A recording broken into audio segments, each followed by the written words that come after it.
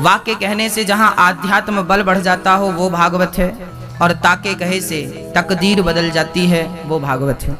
अर्थात भागवत क्या क्या करती है वो मैं आपको सुनाता हूँ। भागवत 3 चीजों को बढ़ाने वाली है, भक्ति, ज्ञान और वैराग्य। हाँ,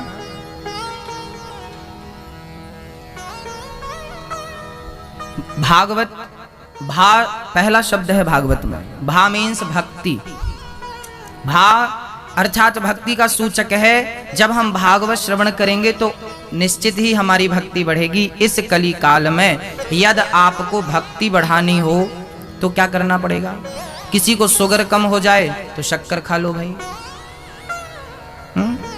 शुगर को बढ़ाना हो तो शक्कर खाओ, ऐसे ही भक्ति को बढ़ाना हो तो भागवत को श्रवण करो। भागवत ही साधन है, दूसरा कोई ऑप्शन नहीं है।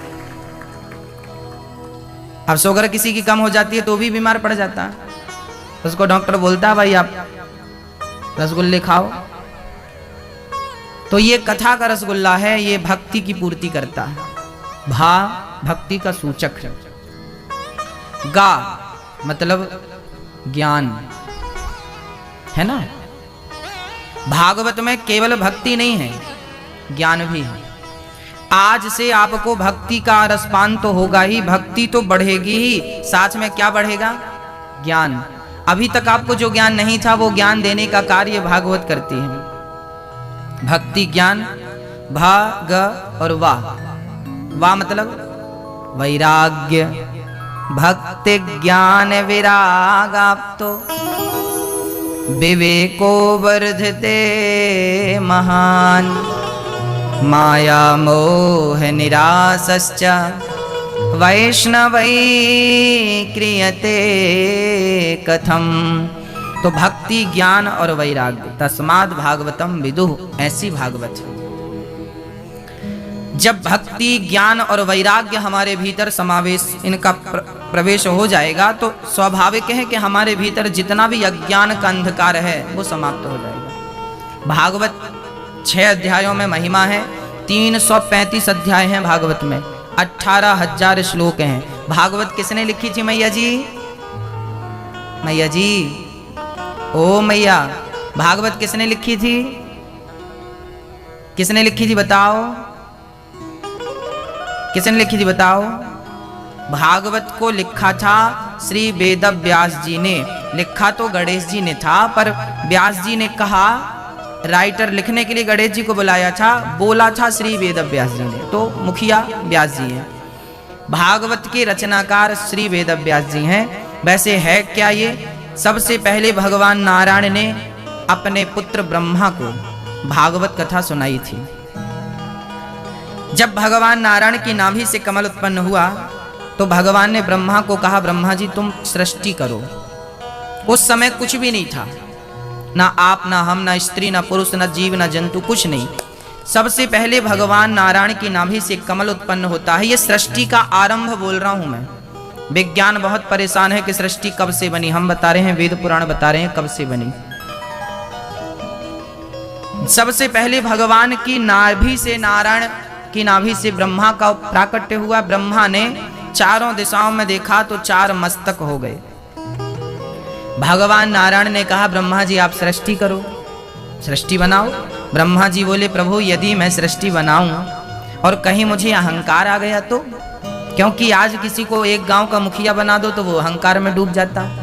आप मुझे इतना बड़ा भार रख रहे हैं, यदि मुझे अहंकार आ गया तो क्या करूंगा? तब ब्रह्मा जी को श्री भगवान ने भागवत की कथा सुनाई। बोली ये भागवत की कथा यदि आपने धारण कर ली, उस टाइम पे भागवत 4 श्लोकों की हुआ करती थी। भागवत के मूल श्लोक 4 ही हैं, चतुश्लोकी भागवत। कौन कौन से हैं वो श्लोक?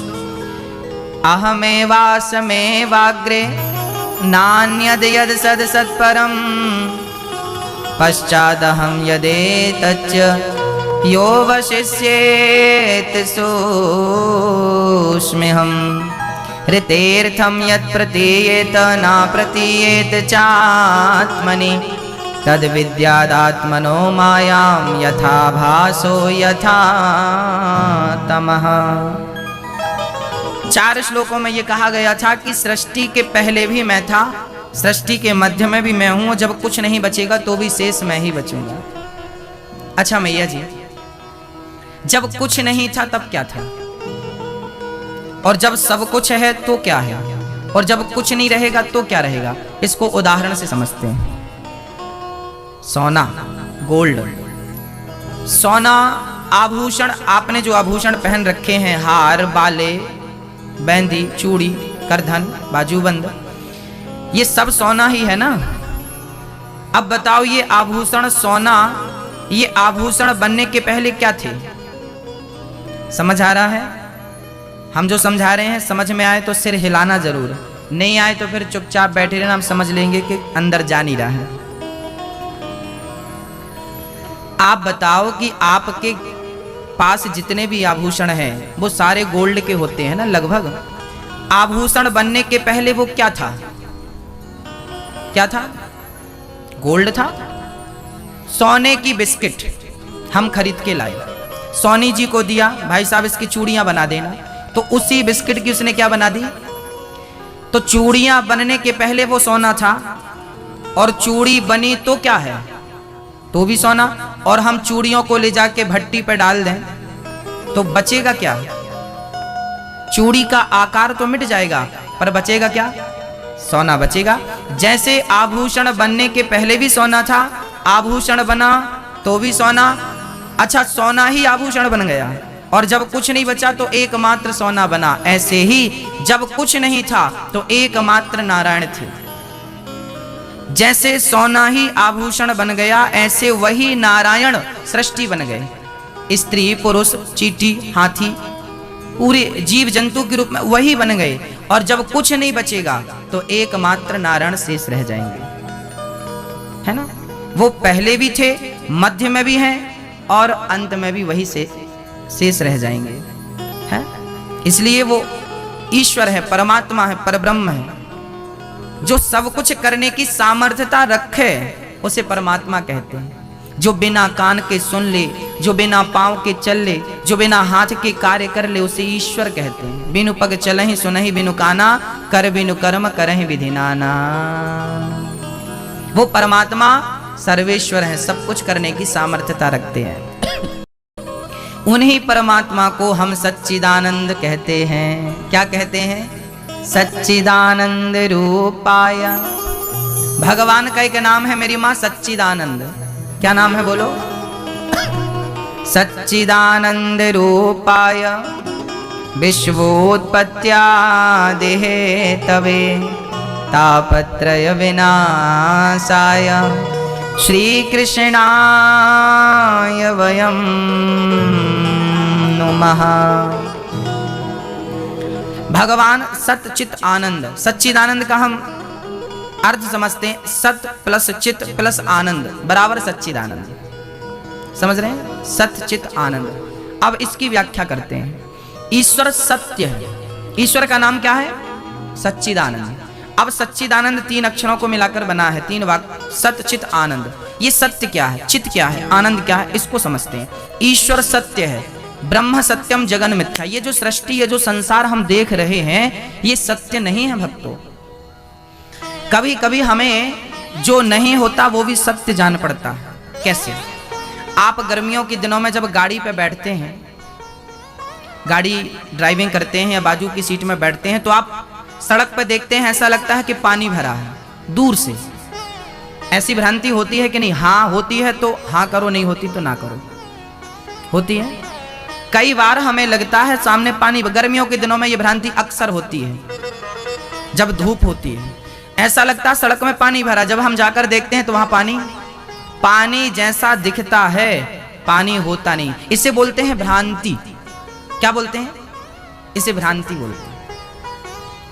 तो जैसे हमें सड़क में पानी की भ्रांति होती है, होता नहीं है पर दिखाई बराबर पड़ता है, ऐसे ये संसार हमें दिख रहा है, ये भी एक भ्रांति है।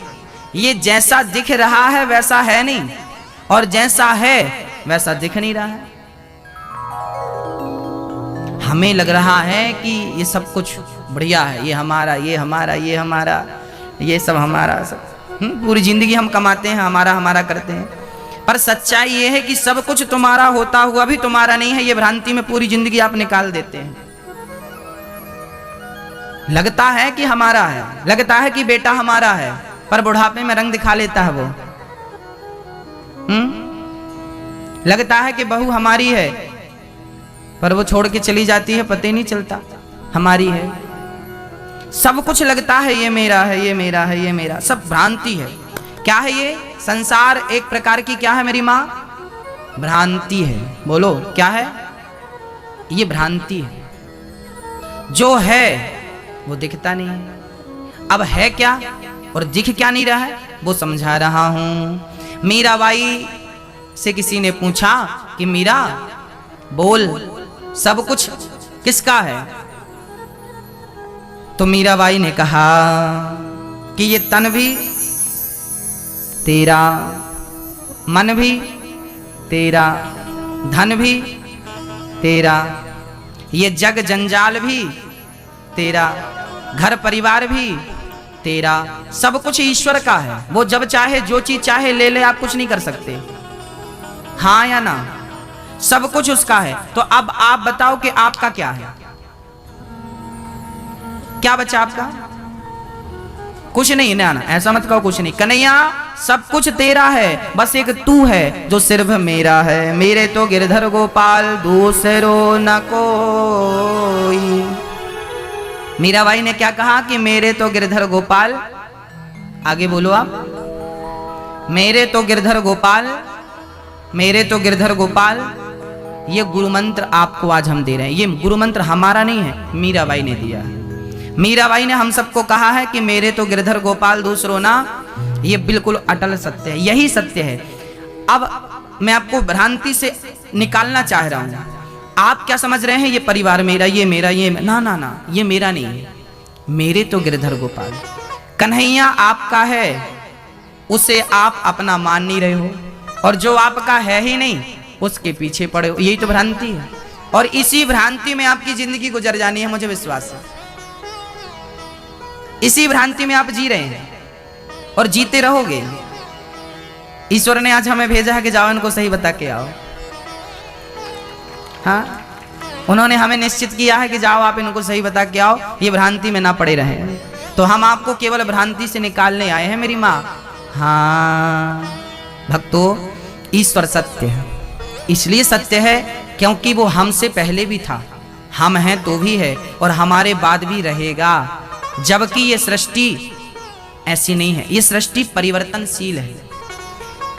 एक बार हमने जादू देखा था, बहुत छोटे में हमारे गांव में जादू दिखाने वाला आया था। उसने कपड़ा उड़ाया, एक बच्चे को जाल में कस के बांधा, कपड़ा उड़ाया, कुछ मंत्र पढ़ा, तो वो जाल के अंदर बच्चा गायब, पता नहीं कहां चला गया, कबूतर आ गया। फिर उसने कबूतर के ऊपर कपड़ा डाला, कुछ पढ़ा, तो उसके अंदर से एक सांप निकल आया। भैया सचमुच वो बच्चा गायब हो गया, दिखा ही नहीं। हजारों की भीड़ थी, वो अकेला जादूगर, बच्चा गायब कर दिया उसने। और उसके बाद जब उसका जादू का खेल पूरा हुआ ना, तो उसने कटोरा उठाया, भैया 2 रुपए दे दो, 2 रुपए दे दो, 2 रुपए। अब बताओ, जो इतनी बड़ी जादू जानता है कि बच्चे को गायब कर सकता है, बच्चे का कबूतर बना सकता है, उसने जादू से पैसों की गड्डियां भी प्रकट कर दी, और जादू पूरा होने के बाद पैसा मांग रहा है। भाई तू जादू से पैसा बना सकता है, दिखा सकता है, तो फिर भीख क्यों मांगता है? बड़ा आदमी नहीं हो जाता तू? उस जादूगर से पूछा गया कि भाई ऐसा क्यों? तो जादूगर ने कहा कि भाई जो तुम्हें दिखाया था वो सच नहीं था, वो भ्रांति थी। क्या थी? भ्रांति थी। जो दिखा वो दिखा तो ऐसा कि ये सच यही है, बट वो भ्रांति थी। ऐसे ही ये संसार लग रहा बिल्कुल सत्य जैसा लग रहा है, पर पूरा भ्रांति है। सच्चाई यह है कि मेरे तो गिरधर गोपाल दूसरो ना कोई, पर जब तक शरीर होता है ममता नहीं छूटती। बूढ़ी बूढ़ी अम्मा कल मरने वाली, वो भी नाती को गोद में बिठा के मेरा नाती नाती नाती। ये भ्रांति देखो, बुढ़ापे में कल मरने वाली है, वो आज नाती नाती जप रही है। राम राम कब जपेगी भगवान जाने। कि ममता तू न गई मेरे मन से ममता, तू न गई मेरे मन से। ये ममता उलझा के रखती है। ईश्वर सत्य, सत चित, सच्चिदानंद रूपाय सत चित। चित कहते हैं प्रकाश को। अब यहां एक बात समझने की है, ईश्वर को चित कहते हैं। ईश्वर हम सबके भीतर है, ये बात आप लोग मानते हैं कि नहीं? ईश्वर हम सबके भीतर है, ये बात आप मानते हैं या नहीं? यदि आप नहीं मानते तो मैं आपको सबूत देना चाह रहा हूं, कहो तो दे दूं। ईश्वर हम सबके भीतर है। चींटी, हाथी, मतलब जो भी एक्टिव है सबके भीतर ईश्वर है। जिसके अंदर चेतना है सबके भीतर परमात्मा। किस प्रकार है मैं आपको बताऊंगा। जिनके मोबाइल पर नेटवर्क मिल रहा है तो सिद्ध हो रहा है कि इनके मोबाइल पर सिम है। जिनके मोबाइल पर नेटवर्क नहीं है तो कहा जा सकता है कि भाई सिम में कोई प्रॉब्लम, खिसक गई या निकल गई या कुछ हो गया। हाँ, सिम निकाल के फिर से लगाइए। नेटवर्क नहीं आ रहा, आपने सारी सेटिंग कर डाली, नेटवर्क नहीं आ रहा है, तो आखिरी चारा क्या बचता है कि सिम निकालो, हल्की सी पहुंचो उसको, धूल ना जम गई हो, फिर लगाइए, मोबाइल एक्टिवेट हो जाएगा, चालू हो जाएगा। तो जहां नेटवर्क है वहां सिम है, हाँ या ना? मोबाइल पे नेटवर्क है मतलब सिम है, चालू है मोबाइल, ठीक है। अब हमारे पास देखने की शक्ति है, सुनने की शक्ति है, हम भी तो एक्टिव हैं। मोबाइल की ऑडियो भी काम कर रही है, वीडियो भी काम कर रही है, कैमरा भी काम कर रहा है, वो देख भी रहा है, सुन भी रहा है, समझ भी रहा है। इसका मतलब वो है, एक्टिव है। हम में भी देखने की, सुनने की, समझने की क्षमता है, इसका मतलब हम भी एक्टिव हैं, चालू हैं। अब ये चालू क्यों है? उसमें सिम पड़ी है इसलिए वो चालू है, हम में भी एक सिम पड़ी है। कौन सी सिम? आत्मा। आत्मा हमारे अंदर है ना, हम सबके भीतर, वो आत्मा ही तो सिम है। ईश्वर सिम, ये चिप सिम अभी निर्मित हुई है, साफ मान रहे हैं। हमारे भगवान ने करोड़ों साल पहले जब इंसान बनाया था तो चिप ही बनाई थी सबसे पहले, एक एक चिपकाते गए। आज तक आदमी ढूंढ ढूंढ के परेशान है, चिपकी कहां है।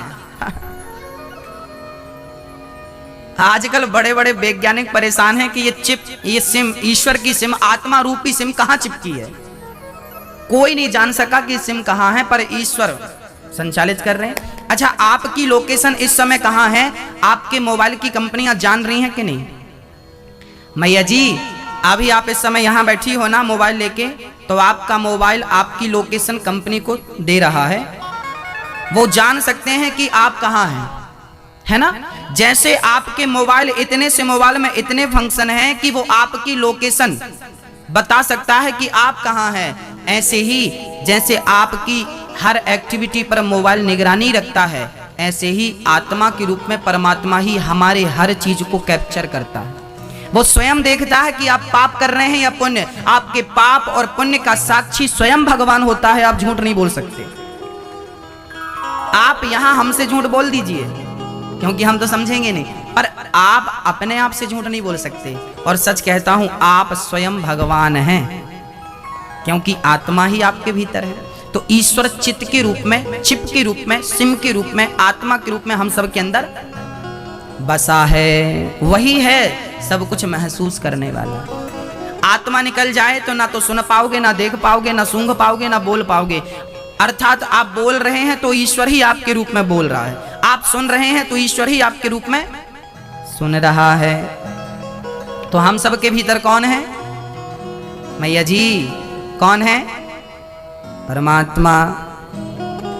भगवान का तीसरा नाम है आनंद, सच्चिदानंद। ईश्वर को आनंद कहते हैं। भगवान की भक्ति से क्या मिलता है? आनंद प्राप्त होता। भगवान करते क्या है? अच्छा, भगवान का काम क्या है मैया जी? वो काम धाम कुछ करते हैं कि दिन भर बैठे रहते हैं?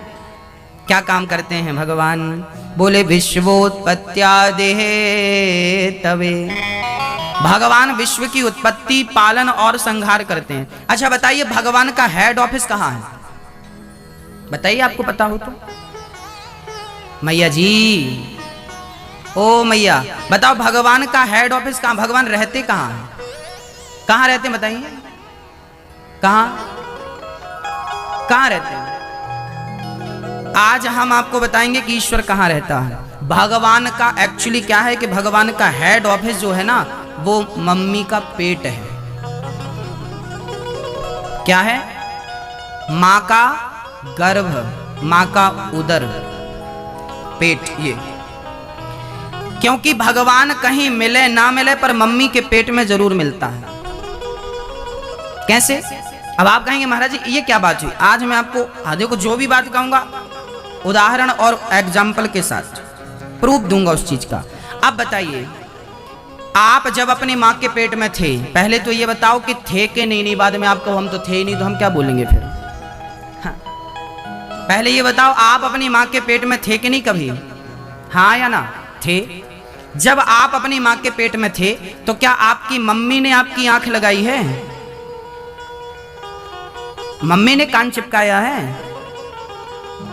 मम्मी ने ये हाथ लगाए हैं? नहीं। माँ खाती थी, पीती थी, चलती थी, सोती थी और हम उसके पेट में थे। अच्छा, हम बने तो बनाने वाला कोई तो होगा। ये देखिए, विज्ञान कहता है कि यदि वस्तु है तो वस्तु को पीछे कोई कारण है। ये देखिए, ये माइक है, यदि ये माइक है तो इन्हें बनाने वाला कोई होगा कि नहीं?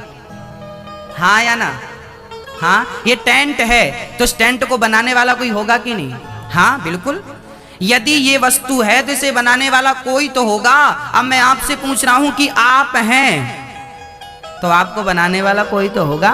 जिसने सही जगह पे आंख लगाई, आंख यहां की यहां चिपका दी होती तो, आपकी नाक यहां लटक रही होती तो, आपका एक हाथ यहां पीठ में लटक रहा होता तो क्या कर लेते आप? कि बिल्कुल सही जगह पर ईश्वर ने आपको सब चीजें दी कि नहीं? हाँ या ना? कितना बढ़िया डिजाइन किया ईश्वर ने आपको। हाँ, सही जगह पे। कुछ चीजें भगवान गर्भ में नहीं कर पाता तो गर्भ से भेजने के बाद करता। क्या बताओ, वो कौन सी चीज है जो भगवान गर्भ में नहीं करता, वो गर्भ से बाहर निकालने के बाद करता है? क्या है? कौन सी चीज है जो आपको गर्भ के बाहर ईश्वर देता है? बताओ बताओ, कौन सी चीज है ऐसी जो ईश्वर आपको मम्मी के पेट से बाहर करने के बाद देता है? क्या बोलो? घी। यही चीज ही ये जो हमारे दांत है ना, ये बाहर मिले हमें। हाँ या ना? बाहर दिया ना। भगवान को वहां पर जानकारी थी कि यदि हमने इसको अभी दांत दे दिए। अच्छा, दांत बच्चे को पेट में क्यों नहीं होते? इसका भी कारण है। भगवान को लगता है कि यदि हमने इसे पेट में दांत दे दिए और यदि ये गर्भ से बाहर जाते समय इसका मुंह ज्यादा दब गया और इसकी जीभ बीच में आ गई तो जीभ कट जाएगी। इसलिए भगवान रिस्क लेना नहीं चाहते थे। भगवान बोले तुम जाओ, हम बाद में पहुंचा रहे हैं, पार्सल घर पे आ जाएगा। तो जैसे ही बच्चा पैदा हुआ, 6 महीने के बाद दांत आने शुरू हो जाते हैं कि नहीं? हाँ या ना? देखिए कितना बढ़िया उसने बनाया। आपको कोई काम करना हो, फैक्ट्री खोलनी पड़ती है किसी चीज को, आप बनाना चाह रहे हैं किसी चीज को, ईश्वर की फैक्ट्री मम्मी का पेट है। अच्छा, वो हर गर्भ में होता है, केवल स्त्रियों के गर्भ में नहीं मेरी माँ, वो चींटी के गर्भ में भी होता है, वो मछली के गर्भ में भी होता है क्योंकि अंडा बनाता ना, वो चमगादड़ के गर्भ में भी है, शेरनी के गर्भ में भी है, बिल्ली के गर्भ में भी है, वो ये मक्खी होती है, मक्खी के गर्भ में भी बैठा। मतलब हर माँ के गर्भ में ईश्वर विराजमान है हमारी संरचना करने के लिए, हमें बनाने के लिए। कहाँ बैठे हैं भगवान? माँ के पेट में। तो अब बताओ, ईश्वर का हेड ऑफिस मम्मी का पेट हुआ कि नहीं? यहाँ से डिजाइन हो रही सब चीजें। पूरी दुनिया गर्भ से ही बनी कि नहीं? हाँ या ना जवाब दीजिए। तो बताइए, ईश्वर का कोई हेड ऑफिस आज से पूछेगा तो क्या बोलोगे आप? माँ का उदर, माँ का पेट, जहां ईश्वर ने हमें बैठ के 9 महीने तक डिजाइन किया उसने। हाँ या ना? 9 महीने तक बिल्कुल परफेक्ट चीज बनाई, और जब बन के तैयार हो गया, पार्सल बाहर तैयार रेडी हो गया, बाहर आया। जैसे ही आया रोया, और रोया मतलब चालू है। आप मोबाइल लेते हैं, सबसे पहले फोन लगाते हैं, चालू आवाज आ रही है, पड़ोसी भाई आवाज आ रही है? आ रही है। मेरी आ रही है? तेरी आ रही है? आ रही है। इसलिए बच्चा भगवान जैसे ही पैदा करते, डॉक्टर ठोक बजा के उसे रुलाता, चालू है कि नहीं पहले देख लो भाई। बिल्कुल एक नंबर का पार्सल दिया ईश्वर ने आपको। ईश्वर की व्यवस्थाएं ऐसी हैं, कितना बढ़िया बनाया है। तो ईश्वर विश्व की उत्पत्ति पेट से करता है, पालन सृष्टि में यहां कर रहा, हम सभी का पालन कर रहे हैं ना भगवान। अजगर करे न चाकरी, पंछी करे न काम, दास मलूका कह गए सबके दाता राम। आहा, सबके पालनहार भगवान है, वो स्वयं अपने हिसाब से पालन करते हैं। विश्वोत्पत्त्यादेः तवे। अच्छा, और क्या करते हैं भगवान? बोले तापत्रय विनाशाय। भगवान सारे दुखों का नाश करते हैं। 3 प्रकार के दुख होते हैं मेरी माँ, दैहिक, दैविक, भौतिक, तापा। एक शरीर से उत्पन्न होने वाली बीमारियां दैहिक ताप होती हैं। देवताओं के द्वारा सर्दी गर्मी ये दैविक ताप होते हैं, है ना। अधिक पानी बरस जाना, लोग बह गए। अधिक ठंडी पड़ जाना, लोग मर गए। अधिक गर्मी पड़ जाना, लोग मर गए। ये दैविक ताप है। एक भौतिक ताप होता है, जो रास्ते से जा रहे थे, कुत्ते ने काट लिया, बंदर ने काट लिया, बिच्छू ने काट लिया, सांप ने डस लिया। ये भौतिक प्राणियों से जो आपको कष्ट मिल रहा है, इसे भौतिक ताप कहते हैं। ये 3 प्रकार के दुख माने गए हैं। कहते हैं जो भगवान की शरण में रहते हैं उन्हें तीनों प्रकार के दुख कभी परेशान नहीं करते, जो ईश्वर की शरण में रहा करते हैं। तापत्रय विनाशाय श्री कृष्णाय वयम नमः। ऐसे भगवान को जो हमारा पालन संहार, हमारे दुखों का संहार करते हैं, ऐसे भगवान को राधा सहित, अकेले कृष्ण को नहीं। हाँ, हमारे यहाँ अकेले को प्रणाम नहीं। यदि हम राम का नाम जपते हैं ना तो सीता के संग, कृष्ण का नाम जपते हैं तो राधा के संग, नारायण का नाम जपते हैं तो लक्ष्मी के संग। अकेले नाम नहीं लिया जाता, लेते हैं ठीक है, परंतु यहाँ राधा सहित कृष्ण को प्रणाम किया जा रहा है। श्री कृष्णाय वयम नुमः। ऐसे भगवान को राधा रानी के सहित ये दास श्री कृष्ण को प्रणाम करता है। जब तक आप राधा को प्रणाम नहीं करेंगे तब तक कृष्ण आपके प्रणाम को कभी स्वीकार नहीं करेंगे, याद रखिएगा। बिना राधा के कृष्ण आपका प्रणाम स्वीकार नहीं करते, इसलिए श्री कृष्णाय वयम नमः। हाँ, इसलिए हमेशा बिहारी जी के मंदिर में ना, वहां भी राधे राधे बोला जाता है, क्योंकि राधा के बिना कन्हैया आधे हैं। राधा प्रीति की, प्रेम की प्रतिमूर्ति है। और भगवान, अच्छा एक बात बताओ मेरी माँ, जो राधा रानी है ना, ये भगवान की बहुत बड़ी भक्त हैं। सीता माँ राम की भक्त हैं, लक्ष्मी माँ नारायण की भक्त हैं, ये प्रथम भक्त हैं ये भगवान के। अब एक बात बताओ, आपकी कोई तारीफ करे और आपके बेटे की कोई तारीफ करे, तो आप अपनी तारीफ सुनना पसंद करेंगी या अपने बेटे की? आपको ज्यादा आनंद किसकी तारीफ सुनने में आएगा, ये बताओ। बोलो मैया। क्या? बेटे की। जैसे माँ अपने बेटे की तारीफ अच्छे से सुनती है और बड़ी खुश होती है, बेटे की तारीफ सुन के बड़ा आनंद आता है, जैसे माँ को बेटे की तारीफ से आनंद की अनुभूति होती है, ऐसे भगवान कहते हैं कि जब मेरे भक्त की कोई चर्चा करता है तो मैं बहुत आनंदित होता हूँ, जब मेरे भक्त का कोई नाम लेता है मैं बड़ा आनंदित होता हूँ। तो राधा तो अधिष्ठात्री है ना। जब हम ध्रुव चर्चा, प्रहलाद जी की चर्चा करते हैं तो भगवान को आनंद आता है, चलो मेरे भक्तों की चर्चा चल रही है। ऐसे राधा सहित कृष्ण को हम प्रणाम करते हैं, नमस्कार करते हैं। जन